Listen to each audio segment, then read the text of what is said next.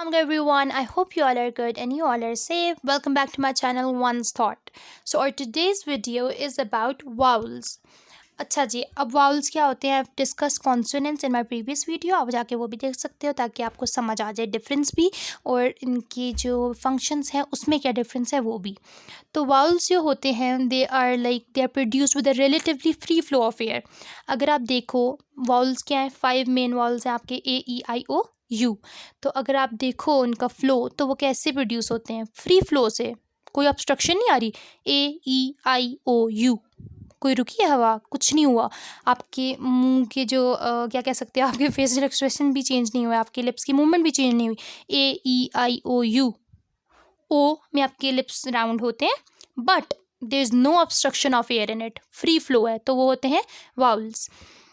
अब यहाँ पे जो एग्जाम्पल्स दिखी हुई हैं, आप देखो शीप, ईप, ई आई की आवाज़ आ रही है तो बहुत फ़नी लगता है अगर आप इनको ना प्रोड्यूस करते हुए अपना मुंह देखो तो नहीं देखना। अब यहाँ पे देखो शिप, इप, आई का साउंड, गुड, उड। अब देखें डबल ओ है बट यू का साउंड प्रोड्यूस हो रहा है। तो आपने ये चीज़ों को अच्छे तरीके से अपने जहन में रखना है कि आप जो बोल रहे हो दैट डज़ मैटर, लेकिन जो आप लिख रहे हो वो उस टाइम तक मैटर नहीं करता जब तक आप साउंड्स को डील कर रहे हो या साउंड्स के बारे में पढ़ रहे हो।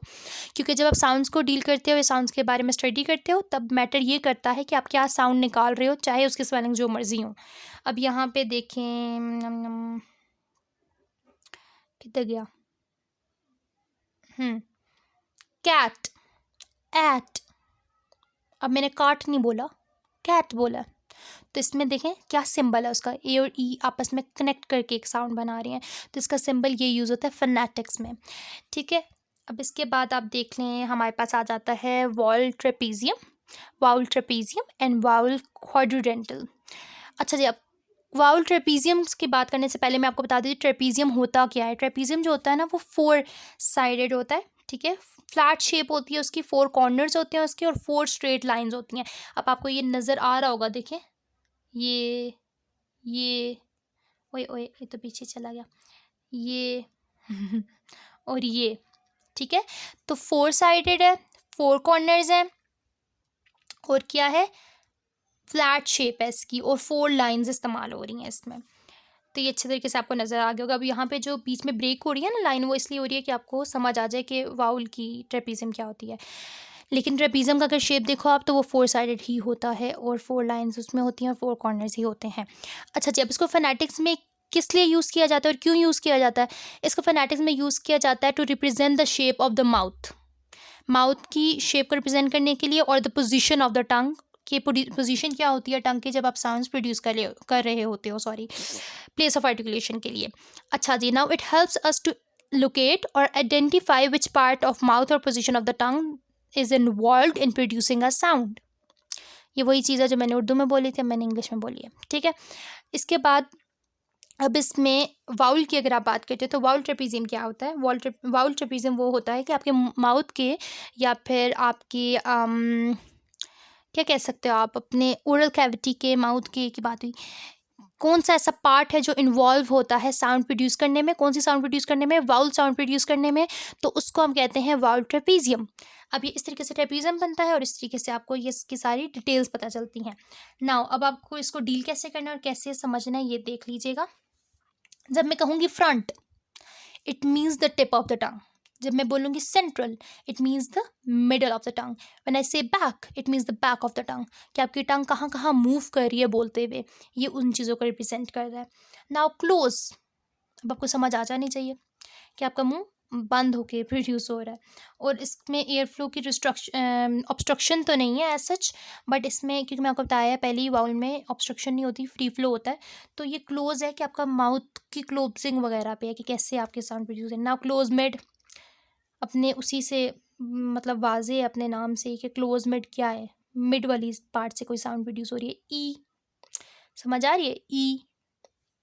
फिर है ओपन मिड, अच्छा जी, और फिर आ जाता है ओपन, आउच।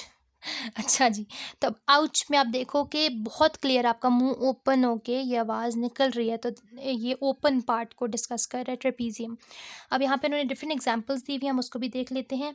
उन्होंने फ्रंट में, सेंट्रल में और बैक में इसको 3 कैटेगरीज में जो है वो किया है, क्या कहते हैं ठीक है, टिकीज़ बनाई हैं इसकी, ठीक है, आपको बताने के लिए। अब इसमें क्लोज में देखें आई, आई, अब इसमें फ्री फ्लो है, एयर को तो भूल ही जाओ, इसमें आई, ये आपका क्लोज में आ रहा है, फीड, फीड। ना क्लोज में फेड, एड, मिड, मिड से आपको खुद फील हो रहा पीछे है थोड़ा सा, और मिड से है एड, ओपन मिड, फेड, फेड, फ साउंड है, ओपन से आ रही है, फेड, लेबियोडेंटल वाला फ, फेड, देन ओपन, आउच, आउच, पूरा वर्ड एक फ्लो में निकल रहा है, आउच, ठीक है। अब देखिए सेंट्रल में इन्होंने दिए हुए हैं, ये तो कोई फ्रेंच का वर्ड है फ्यू, ठीक है, फ्यू या फ्यू, फ्यू, ये भी आपको नज़र आ रहा होगा किस सेंट्रल पार्ट से निकल रहा है आपके, फ्यू, यू, ठीक है। फिर इसके बाद आ जाता है फर, अर, र, और र, ऊपर जा रही है आपकी टंग मिडल में, बिल्कुल मिड वाले सेंट्रल पार्ट से आ रहा है। फिर आह, ठीक है। फिर आ जाता है फूट, फॉक्स, फूड, फो, फोर। तो ये वाले जो वर्ड्स हैं ये बैक वाले से प्रोड्यूस हो रहे हैं। अब ये जितनी भी साउंड्स है जब आप इसको खुद प्रोड्यूस करते हो ना, then you will get to know कि हाँ यहाँ इस साउंड से मेरी इस जगह से साउंड्स निकल रही हैं। तो ये होता है आपका वाउल ट्रेपीजियम। अब हम जाते हैं वाउल क्वाड्रिलेटर पे। अब क्वाड्रिलेटर में आपने ये याद रखना है कि वो होता क्या है। तो उसके भी 4 एजेस होते हैं, 4 कॉर्नर्स होते हैं, और 4 साइडेड जो है वो पॉलीगन फिगर होता है, मतलब आप 4 साइडेड क्लोज फिगर समझ लें। देखिए क्लोज है बिल्कुल ये, और 4 साइडेड है, 1 2 3 4 साइडेड है। अब यहाँ पे भी आपने यही चीज़ याद रखनी है कि फ्रंट, सेंट्रल, बैक, लो, मिड, हाई। अब यहाँ पे लो, मिड, हाई का वर्ड यूज़ हुआ है, मैं आपको समझा देती हूँ पहले ही। जो फ्रंट है अगेन टिप है, जो सेंट्रल है वो मिडल पार्ट है टंग का, जो बैक है वो बैक ऑफ द टंग से जो चीज़ प्रोड्यूस हो रही है वो है। फिर हाई का है कि जब आप अपने पैलेट को टच करते हो, आपकी टंग की टिप पैलेट को टच करे, देन वो हाई होता है। मिड, मिड से कहीं से प्रोड्यूस हो रही है। लो, जब आपकी टंग रिलैक्स्ड है तो वो लो होती है। अब यहाँ पे हम एग्जांपल देख लेते हैं। इसमें हाई में देखें आई, आई, पैलेट पे गई है ना टंग, आई। अब सेंट्रल में देखें ई, ई, ये उसमें भी एग्जांपल दी थी मैंने पीछे वाले में भी, ई, मिड से आ रही है साउंड। फिर देखें बैक से यू, यू, लो भी है, ठीक है, यू, ठीक है। इसके बाद आपके पास लो में अगर वो लो में नहीं है, यू लो में नहीं आता, यू जो है वो हाई में आता है, सॉरी।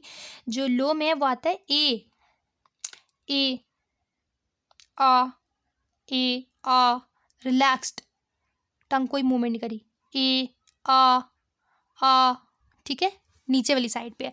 तो ये होता है आपका वाउल क्वाड्रिलेटरल।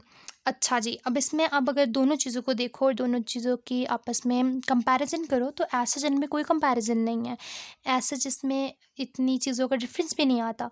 बट कुछ साउंड्स है जिसमें डिफरेंस आ जाता है। यहाँ पे हमारा आई हाई था, यहाँ पे भी हमारा आई हाई है। यहाँ पे बैक में यू दिया हुआ था, यहाँ पे भी बैक में यू दिया हुआ है। देन यहाँ पे किधर गया, अच्छा जी, यहाँ पे close, close mid, open mid, इन चीज़ों को पे फोकस किया गया, जबकि यहाँ पे हाई, मिड और लो पे, यानी आपका ज़्यादा फोकस टंग पे था यहाँ पे। फिर यहाँ पे किधर गया, हाँ जी, हाँ जी, इसको ओपन दिया हुआ है, इसको ए को, आ को ओपन दिया हुआ है। यहाँ पे भी लो अगर आप देखो तो वो ओपन ही है, जब अपना मुंह खोलते हो तभी आ निकलता है, और आपके लिप की तो मूवमेंट हो रही है एज सच, लेकिन इसकी टंग की मूवमेंट एज सच नहीं है। तो इसमें एज सच कोई इतना डिफरेंस नहीं है। इट्स जस्ट लाइक इनकी डायग्राम में डिफरेंस है कि इसको डिफरेंट तरीके से वाउल्स को कैसे लिखा जाता है, किस तरीके से रिप्रेजेंट किया जा सकता है, and that is just the basic, you can say difference between them. और ये बेसिक डिफरेंस क्यों है, शेप की वजह से। क्यों शेप में डिफरेंस है, क्योंकि हमने डिफरेंट शेप में इसको डिफ़ाइन करने के लिए कि किस तरीके से आप इसको याद रख सकते हो, इसलिए ये यूज़ किया जाता है। और इसका यूज़ भी इसीलिए आया था ताकि आप समझ सको कि डिफरेंट शेप्स में अगर आप प्रोड्यूस करते हो साउंड्स, क्योंकि कई बार ये होता है ना, अगर आप नोट्स बनाते हो और बहुत ज़्यादा लिखा हो तो आपका दिल भी नहीं करता पढ़ने को, तो इसलिए सॉरी शेप्स को प्रेफर किया जाता है कि शेप्स देख के आप वो चीज़ ज़्यादा अच्छी तरीके से समझ जाओ। So that was all for today. Thank you so much for your presence here, and thank you so much for watching this video. I hope आपने कुछ ना कुछ सीखा होगा। So do not forget to subscribe my channel. अल्लाह हाफिज़।